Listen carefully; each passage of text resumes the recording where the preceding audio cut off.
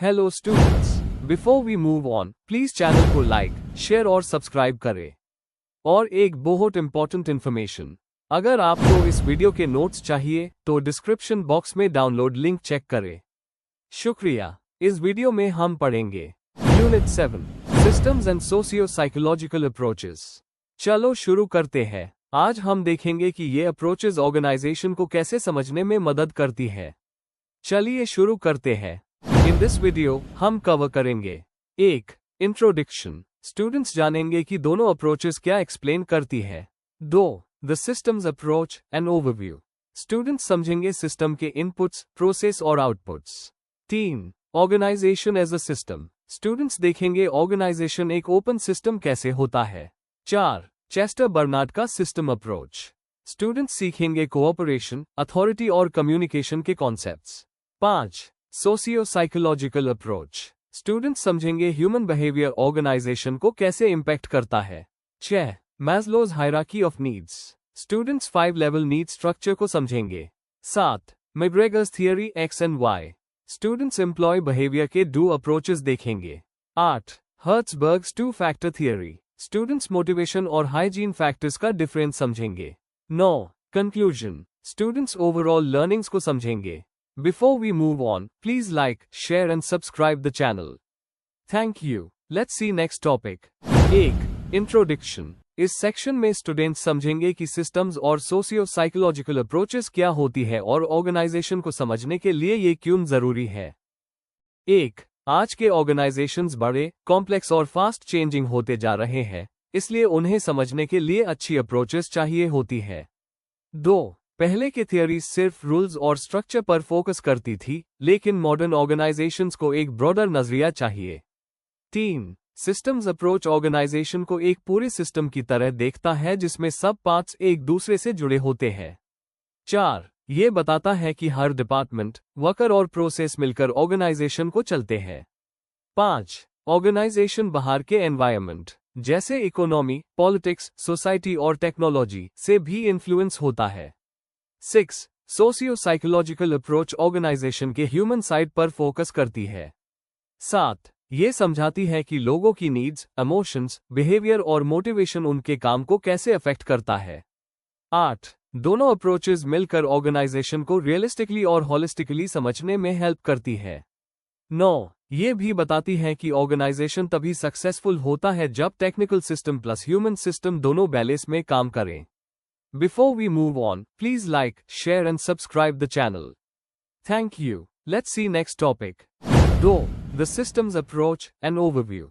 इस सेक्शन में स्टूडेंट्स समझेंगे कि सिस्टम क्या होता है और ऑर्गेनाइजेशन एक सिस्टम की तरह कैसे काम करता है। 1. सिस्टम का मीनिंग, सिस्टम का मतलब है बहुत सारे पार्ट्स मिलकर एक कंप्लीट यूनिट बनाना। पार्ट्स अलग अलग नहीं, बल्कि मिलकर काम करते हैं। एक पार्ट बदलेगा तो दूसरे पर भी असर पड़ेगा। 2. सिस्टम की फीचर्स, इंटररिलेटेड पार्ट्स, सब पार्ट्स एक दूसरे से जुड़े होते हैं। इंटरैक्शन, पार्ट्स हमेशा इंफॉर्मेशन एक्सचेंज करते रहते हैं। Input, process, output, system input लेता है, प्रोसेस करता है और आउटपुट देता है। फीडबैक, आउटपुट का रिजल्ट वापस सिस्टम को इंप्रूव करने में हेल्प करता है। गोल ओरिएंटेड, हर सिस्टम का एक ऑब्जेक्टिव होता है। 3. Open system concept, open system अपने एनवायरनमेंट के साथ इंटरैक्ट करता है। इनपुट्स मिलते हैं जैसे information, resources, materials, human effort. Outputs देता है जैसे products, services, decisions, policies. 4. Organisations open systems क्यों होते हैं। ऑर्गेनाइजेशन सोसाइटी, पॉलिटिक्स, इकोनॉमी और टेक्नोलॉजी से कॉन्स्टेंटली डील करता है। वो एनवायरनमेंट से अलग होकर एग्जिस्ट नहीं कर सकता। चेंजेस के हिसाब से ऑर्गेनाइजेशन को एडजस्ट होना पड़ता है। 5. होमियोस्टेसिस, बैलेंस, सिस्टम अपनी इंटरनल फंक्शनिंग को स्टेबल रखता है चाहे एनवायरनमेंट चेंज हो। इस बैलेंस को डायनामिक इक्विलिब्रियम कहते हैं। 6. सिस्टम्स अप्रोच क्यों इंपॉर्टेंट है। ऑर्गेनाइजेशन को पूरे सिस्टम के रूप में समझने में हेल्प करता है। टीम वर्क, कोऑर्डिनेशन और इंटीग्रेशन को हाईलाइट करता है। कॉम्प्लेक्स प्रॉब्लम्स को सॉल्व करने में यूजफुल होता है। एक पार्ट का डिसीजन दूसरे पार्ट्स को कैसे अफेक्ट करता है, ये समझाता है। Before we move on, please like, share and subscribe the channel. Thank you. Let's see next topic. 3. Organization as a system. Organisation सिर्फ लोगों का ग्रुप नहीं होता, ये एक पूरा सिस्टम होता है जिसमें हर पार्ट मिलके काम करता है। Basic idea, organisation equal open system. Organisation environment से इनपुट्स लेता है, इनका प्रोसेसिंग ऑर्गेनाइजेशन के अंदर होता है, फिर आउटपुट्स दोबारा एनवायरनमेंट को दिए जाते हैं। इसलिए ऑर्गेनाइजेशन एक ओपन, लिविंग, डायनामिक सिस्टम होता है। Organisation as a system main points. 1. Interrelated subsystems. HR, finance, production, marketing सब सबसिस्टम्स हैं। ये सब एक दूसरे पर डिपेंड करते हैं। एक सिस्टम फेल हो तो पूरा ऑर्गेनाइजेशन इम्पैक्ट होता है। 2. एनवायरनमेंट के साथ इंटरेक्शन। ऑर्गेनाइजेशन का environment economic, social, political, technological forces से बना होता है। एनवायरनमेंट को सुप्रा सिस्टम भी कहते हैं। ऑर्गेनाइजेशन को सर्वाइव करने के लिए एनवायरनमेंट के हिसाब से अडेप्ट होना पड़ता है। 3. Input process output model. Inputs, लॉग, पैसे, information, technology, raw materials.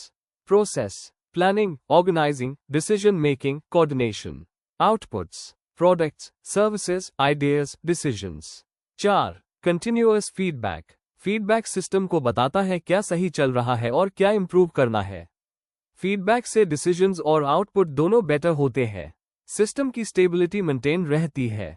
5. Dynamic and adaptive nature. Market changes, customer needs, technology updates. Organisation को अडेप्ट होना पड़ता है।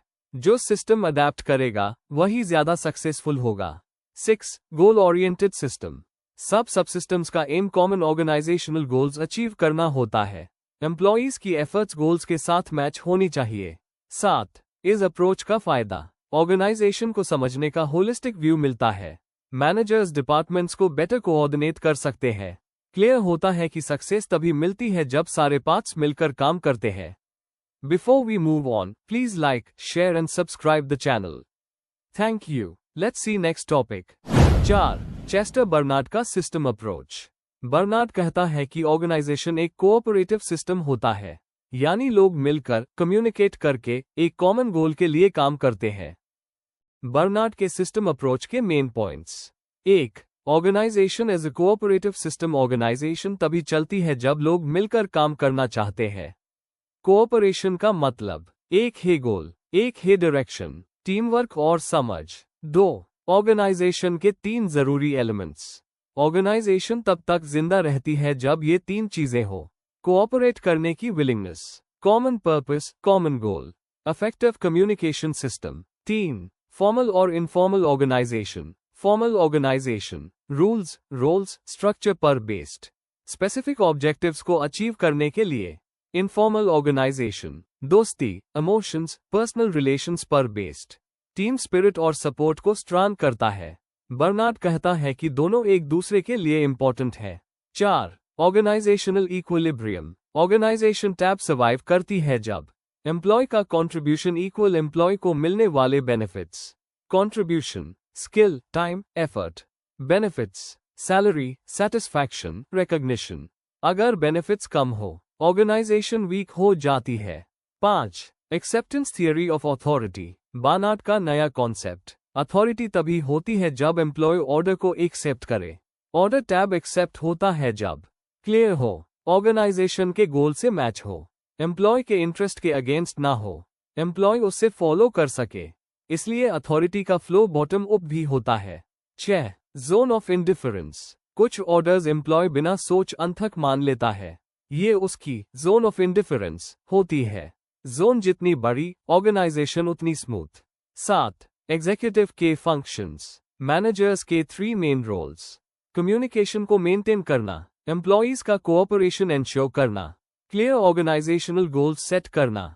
Before we move on, please like, share and subscribe the channel. Thank you. Let's see next topic. 5. Socio psychological approach. यह approach organisation के human side को समझने पर focus करती है। ये देखती है कि लोगों के थॉट्स, इमोशंस, एटीट्यूड्स और बिहेवियर काम को कैसे इम्पैक्ट करते हैं। 1. की आइडियाज। एम्प्लॉयज मशीन नहीं, बल्कि इमोशंस और नीड्स वाले ह्यूमंस होते हैं। यह अप्रोच समझने की कोशिश करती है कि लोग ऐसा बिहेवियर क्यों दिखाते हैं। मोटिवेशन, कम्युनिकेशन, लीडरशिप और ग्रुप बिहेवियर इसका इंपॉर्टेंट हिस्सा है। एम ये होता है कि वर्कप्लेस ऐसा हो जहां एम्प्लॉयज वैल्यूड और सपोर्टेड फील करें। Psychology plus sociology plus management का कॉम्बिनेशन है। 2. यह अप्रोच क्यों न आए? पुरानी थियरीज सिर्फ रूल्स, स्ट्रक्चर और एफिशिएंसी पर फोकस करती थी, लेकिन वर्कप्लेसेस में प्रोडक्टिविटी ज्यादा इमोशंस, सेटिस्फैक्शन और रिलेशनशिप्स पर डिपेंड करती है। इसलिए साइकोलॉजिस्ट्स और सोशियोलॉजिस्ट्स ने ह्यूमन फीलिंग्स को मैनेजमेंट के अंदर इंक्लूड किया। 3. Main focus areas. Human needs. Employees को क्या मोटिवेट करता है? Attitude and emotions. कैसे फीलिंग्स परफॉर्मेंस बढ़ते या कम करते हैं? Group behaviour. इनफॉर्मल ग्रुप्स का इन्फ्लुएंस। लीडरशिप। मैनेजर का बिहेवियर और एम्प्लॉय का रिस्पॉन्स। कम्युनिकेशन। मैसेज और फीडबैक का रोल। Job satisfaction. एम्प्लॉयज का कमिटेड या स्ट्रेस्ड होना। 4. ऑर्गेनाइजेशंस के लिए फायदे। मैनेजर्स को समझ आता है कि एम्प्लॉयज कोऑपरेशन क्यों करते या रेजिस्ट क्यों करते हैं। टीम वर्क और कम्युनिकेशन इंप्रूव होता है। कॉन्फ्लिक्ट्स कम होते हैं, मोराल और प्रोडक्टिविटी बढ़ती है। एम्प्लॉयज ज्यादा मोटिवेटेड और रिस्पेक्टफुल एनवायरनमेंट फील करते हैं। लॉन्ग टर्म ग्रोथ स्ट्रॉन्ग होती है। Before we move on, please like, share and subscribe the channel. Thank you. Let's see next topic. 6. Maslow's hierarchy of needs. Maslow का theory क्या कहता है? यह थियरी बताती है कि लोग किस नीड के हिसाब से बिहेव करते हैं। मैस्लो ने ह्यूमन नीड्स को 5 लेवल पिरामिड में अरेंज किया है। पहले बेसिक नीड्स पूरी होती है, उसके बाद लोग हायर नीड्स की तरफ बढ़ते हैं। मैस्लो के 5 लेवल्स। 1. फिजियोलॉजिकल नीड्स, बेसिक जरूरतें। इनके बिना इंसान सर्वाइव नहीं कर सकता। खाना, पानी, नींद, रहने की जगह। अगर ये पूरी नहीं होती तो कोई भी इंसान अच्छे से काम नहीं कर सकता। 2. सेफ्टी नीड्स, सुरक्षा की जरूरत। बेसिक नीड्स के बाद लोग सेफ्टी और स्टेबिलिटी चाहते हैं। Safe workplace, job security, regular income, health safety. Safe feel करने से एम्प्लॉय बेहतर काम करता है। 3. Social belongingness needs. इंसान नेचुरली रिश्तों और सपोर्ट की जरूरत रखता है। दोस्त, team support, group belonging, emotional bonding. इससे एम्प्लॉयज हैप्पी और कोऑपरेटिव रहते हैं।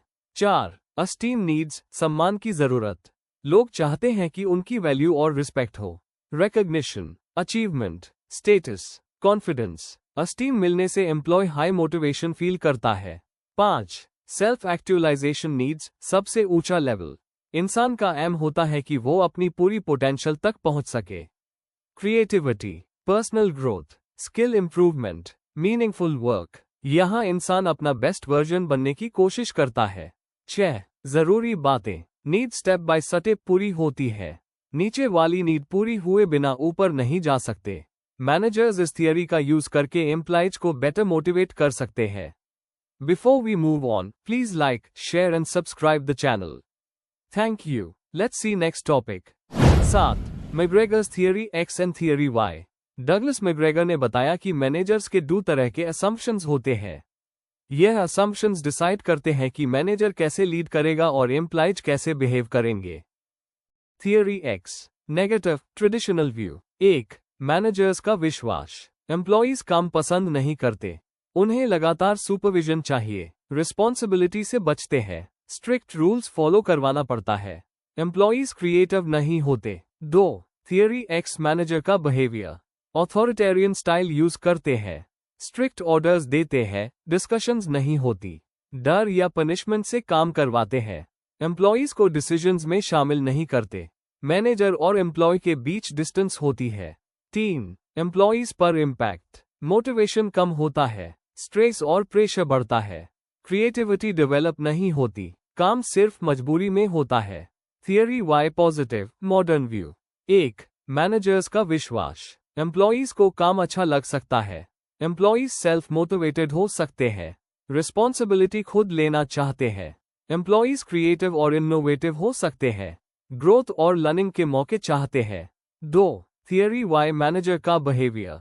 पार्टिसिपेटिव लीडरशिप यूज करते हैं, एम्प्लॉयज की आइडियाज और सजेशंस सुनते हैं, काम में फ्रीडम देते हैं, डेवलपमेंट और ट्रेनिंग पर फोकस करते हैं, रिकॉग्निशन और ट्रस्ट से मोटिवेट करते हैं। 3. एम्प्लॉयज पर इम्पैक्ट। जॉब सेटिस्फैक्शन बढ़ता है, क्रिएटिविटी और इनोवेशन इंप्रूव होती है, टीम वर्क स्ट्रॉन्ग होता है, एम्प्लॉयज कमिटमेंट के साथ काम करते हैं, मैग्रेगर की थियरी का इंपॉर्टेंस। मैनेजर को एम्प्लॉइज को समझने में मदद मिलती है। लीडरशिप स्टाइल इंप्रूव होता है। वर्क प्लेस फ्रेंडली और पॉजिटिव बनता है। मोटिवेशन, टीम वर्क और इनोवेशन बढ़ता है। Before we move on, please like, share and subscribe the channel. Thank you. Let's see next topic. 8. Herzberg's two factor theory. Frederick Herzberg ने explain किया कि लोग अपनी जॉब से खुश या नाराज क्यों होते हैं। उन्होंने बताया कि दो अलग अलग फैक्टर्स एम्प्लॉय के बिहेवियर को अफेक्ट करते हैं। ए. Hygiene factors, dissatisfiers. ये फैक्टर्स मोटिवेशन नहीं देते, लेकिन अगर ये ना हो तो एम्प्लॉय नाराज हो जाता है। सैलरी, जॉब सिक्योरिटी, काम की conditions, company rules policies, boss और कोवर्कर्स के रिलेशंस, सुपरविजन का quality, status, work life balance. Important बात, हाइजीन फैक्टर्स से डिससैटिस्फैक्शन तो हट जाती है, पर सेटिस्फैक्शन नहीं आती। एग्जाम्पल, ऑफिस क्लीन हो, आप नाराज नहीं होंगे, लेकिन ज्यादा मोटिवेटेड भी नहीं होंगे। बी. Motivator factors, satisfiers. यह फैक्टर्स एम्प्लॉय को सच में मोटिवेट करते हैं और काम इंटरेस्टिंग बनाते हैं। Achievement, recognition, responsibility, growth opportunities, meaningful work, promotion, learning chances. Important बात, मोटिवेटर्स से सेटिस्फैक्शन बढ़ता है और परफॉर्मेंस इंप्रूव होती है। एग्जाम्पल, बॉस अगर आपकी तारीफ करे तो आप और अच्छा काम करने का मन बनाते हो। सी. हर्ट्सबर्ग की मेन कंक्लूजन्स। सेटिस्फैक्शन और डिससैटिस्फैक्शन दो अलग चीजें हैं। सिर्फ डिससैटिस्फैक्शन हटा देने से सेटिस्फैक्शन नहीं मिलती। एम्प्लॉय को दोनों चाहिए। हाइजीन फैक्टर्स, कंफर्ट के लिए, मोटिवेटर्स, ग्रोथ के लिए। रियल मोटिवेशन जॉब के कंटेंट से आती है, सिर्फ कंडीशन से नहीं। मैनेजर्स को जॉब एनरिचमेंट यूज करना चाहिए ताकि मोटिवेशन बढ़े। Before we move on, please like, share and subscribe the channel. Thank you. Let's see next topic. 9. Conclusion. इस सेक्शन में हम सिस्टम्स और सोशियो साइकोलॉजिकल अप्रोचेस का ओवरऑल मीनिंग समझते हैं। 1. इस कंक्लूजन का सिंपल मतलब, ऑर्गेनाइजेशन को समझने के लिए सिस्टम एंड लॉग दोनों इंपॉर्टेंट होते हैं। ऑर्गेनाइजेशन सिर्फ स्ट्रक्चर नहीं होता, ये एक लिविंग सिस्टम होता है जिसमें लोग काम करते हैं। दोनों अप्रोचेस मिलकर ऑर्गेनाइजेशन को ज्यादा इफेक्टिव बनाने में हेल्प करती है। 2. Important points. Systems approach organisation को एक ओपन सिस्टम के रूप में देखता है जो एनवायरनमेंट से इंटरैक्ट करता है। ऑर्गेनाइजेशन के सारे पार्ट्स इंटरकनेक्टेड होते हैं और एक दूसरे पर डिपेंड करते हैं। चेस्टर बर्नार्ड ने कोऑपरेशन, कम्युनिकेशन, लीडरशिप और एक्सेप्टेंस ऑफ अथॉरिटी की इंपॉर्टेंस बताई।